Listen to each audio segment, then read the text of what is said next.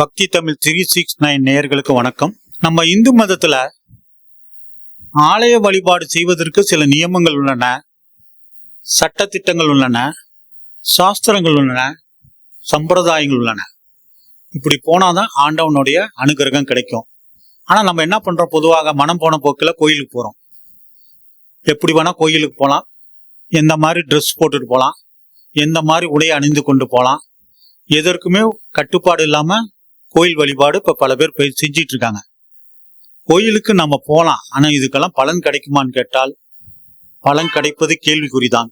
ஏனென்றால் சாஸ்திரத்துல சம்பிரதாயத்துல சில சட்டத்திட்டங்கள் உண்டு. அதை கடைபிடித்து நம்ம கோயிலுக்கு போனா அதுக்குரிய பலன்கள் கிடைத்தே தீரும்.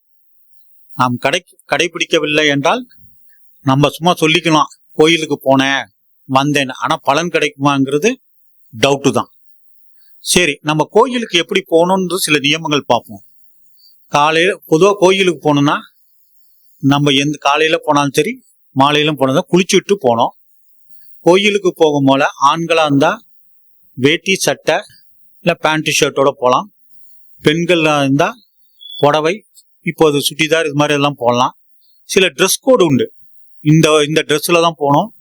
சில ட்ரெஸ், அதனால தான் கேரளாவில் என்ன பண்ணுறாங்கன்னா, ஆண்கள் உள்ள வந்தா சட்டையை அவுத்துட்டு வாம்பாங்க, பெண்கள் புடவையோடு தான் வரணும்னு சொல்லி கேரளாவில் சட்டத்திட்டங்கள். ஆனால் தமிழ்நாட்டில் அந்த மாதிரி இல்லை.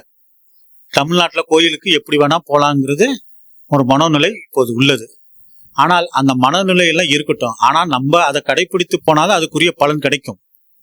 நம்ம கோயிலுக்கு போகும் போல நெத்தியில விபூதியோ குங்குமத்தையோ இல்ல திருமண்ணை அணிந்துகிட்டு போவது சிறப்பு. எதுக்கு நெத்தி கொடுத்தாங்க, எதுக்கு நமக்கு நெத்தி கொடுத்துருக்காங்கன்னா, இறைவனுடைய கண் நம்ம மேல படணும். அப்ப திருநீரு குங்குமம் திருமண் அணிவது சிறப்பு.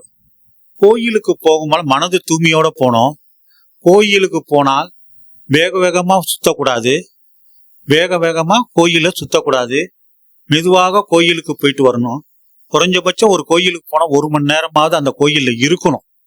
ஆனா நம்ம டூரிஸ்ட் மாதிரி ஒரு 10 நிமிஷம் ஒரு கோயில், அடுத்த 10 நிமிஷம் அடுத்த கோயில், இப்படி போனா இதெல்லாம் பலன் கிடைக்காது. ஒரு கோயிலுக்கு போனா 1 மணி நேரமாவது இருந்தால் தான் அந்த கோயிலோட வைப்ரேஷன் நம்மளுக்கு கிடைக்கும்.